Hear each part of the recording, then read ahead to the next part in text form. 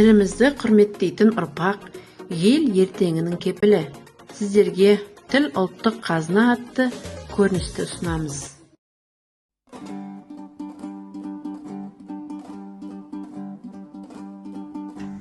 Тіл адамның даңқы, тіл адамның анамысы деп анамызға Махамбет Саид ойнайықшы. Шаяйды. İşte bir masayı göz onu Bugün aldı kafamda tuz buzarma. Привет, друзья! Şimdi ne oynuyorsunuz? Umar, biz Makamat Said'de oynayıp жатырмыз. Sen bizге қосылыңшы. Мақам, Umar kızımız. Қазақстан ұнамайды. Мен осы сөйлеймін. Umar kes 30 kasma. Umar sen kaçaksın ana döndürmesen kayırıyorsun. Өзге тілдің бәрін біл. Өз тілді құрметте деген естиін досың ба? Қарашы, біз сені атамен әжені тілмен сөйлеп отырмыз. Бұлар сені қалай екен? Әже мені құлым деді, атам мені батырым деді. Я, бұлар мен үшін ерекше. Я, сол сөздер махаббаттың, мейірімнің, туған тілінің үні.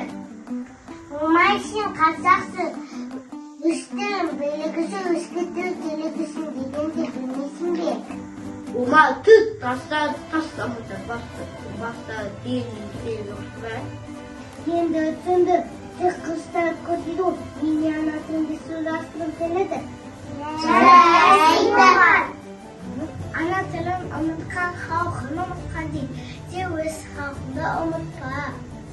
Ендеше айтсайық, тіліміздің мәнің сөзбен жастырайық. Жарайды.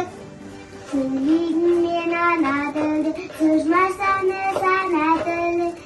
Қазақ тілі асыл мұры, жоғалмасын дала тілде.